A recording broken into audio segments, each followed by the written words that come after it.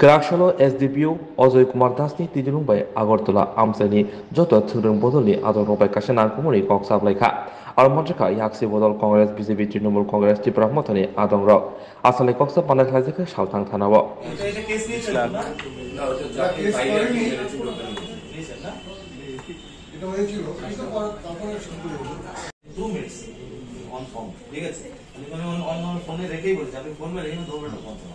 যতটা লাগে আর তো রেসপন্সটা আমরা দেওয়ার চেষ্টা করব।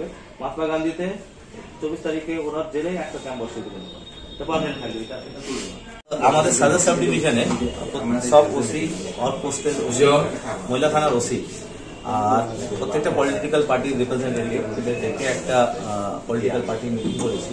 বেসিক্যালি উদ্দেশ্য ছিল যে আমরা যে ইলেকশনটা যে শান্তিপূর্ণ করতে পেরেছি, এটার জন্য আমাদের যে পুলিশের স্টাফ ওসি ম্যাডামদের একটা ধন্যবাদ জ্ঞাপন করার জন্য। পলিটিক্যাল পার্টিরা খুব কোঅপারেট করেছে, খুব কন্ট্রোলে রেখেছে, এটার জন্য আমরা শান্তিপূর্ণ করতে পেরেছি, তো ওনাদের ধন্যবাদ জ্ঞাপন করার জন্য।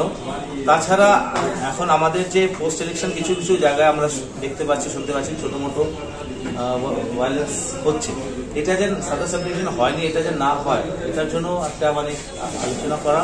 তাছাড়া কাউন্টিং এর দিন কিভাবে সিকিউরিটি করা যাবে ওনাদের সাজেশন নেওয়া।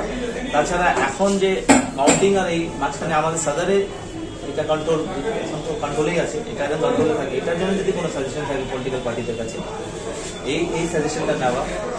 তাছাড়া আমরা যে কোনো জায়গায় ঘাটতি থাকে ইলেকশনের দিন, ওই পয়েন্টগুলো নোট করা, সো দ্যাট আমরা কাউন্টিং এর দিন ওটা কভার দিতে পারি। এটা এইসবই মানে পয়েন্টসের উপরে আলোচনা হয়েছে। ওনারা প্রত্যেকটা পলিটিক্যাল পার্টি সবসময় আমাদের সঙ্গে খুব ভালো সহযোগিতা করেছে, আমার সঙ্গে, আমার অফিসারদের সঙ্গে। আজকে ওনারা খুব গুরুত্বপূর্ণ 5-6টা পয়েন্ট আমাদের বলেছে, যেটা আমাদের সিকিউরিটি প্ল্যান বানাতে কাউন্টিং ডে এর জন্য খুব।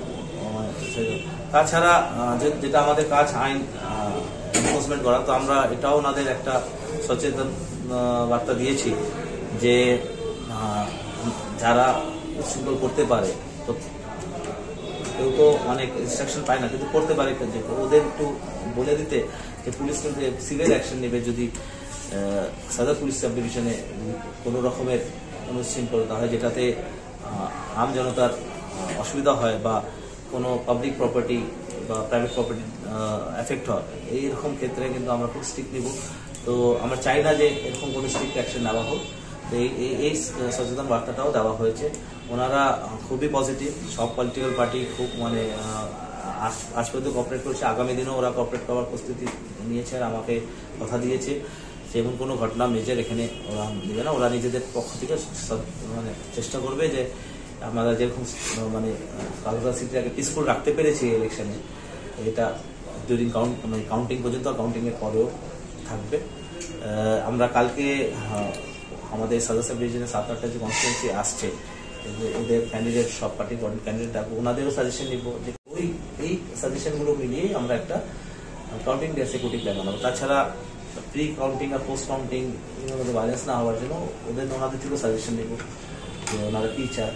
তাছাড়া ইলেকশনের দিনে যদি কোনো আমাদের কোনো ঘাটতি কিছু থাকে, তো এটা নিয়েও আমরা আমাদের থেকে সাজেশন নিব, সো দ্যাট আমরা এই ঘাটতি নেক্সট ইলেকশন বা আগামী কাউন্টিং ডে আমরা এটা কাভার নিতে পারি। তাছাড়া আপনাদের মিডিয়া বন্ধুদেরও আমি থ্যাংক ইউ বলেছি যে আপনারা খুব দায়িত্বপূর্ণভাবে দিনরাত কেটে কাজ করেছেন। আর এরকম কোনো সাদার সাব ডিভিশনের মধ্যে আমি কোনো এরকম দেখিনি যেখানে মানে একটা ফেক নিউজ বা একটা রিউমার কোনো হয়েছে যেটাতে মানে আইন শৃঙ্খলা পরিস্থিতি হয়েছে।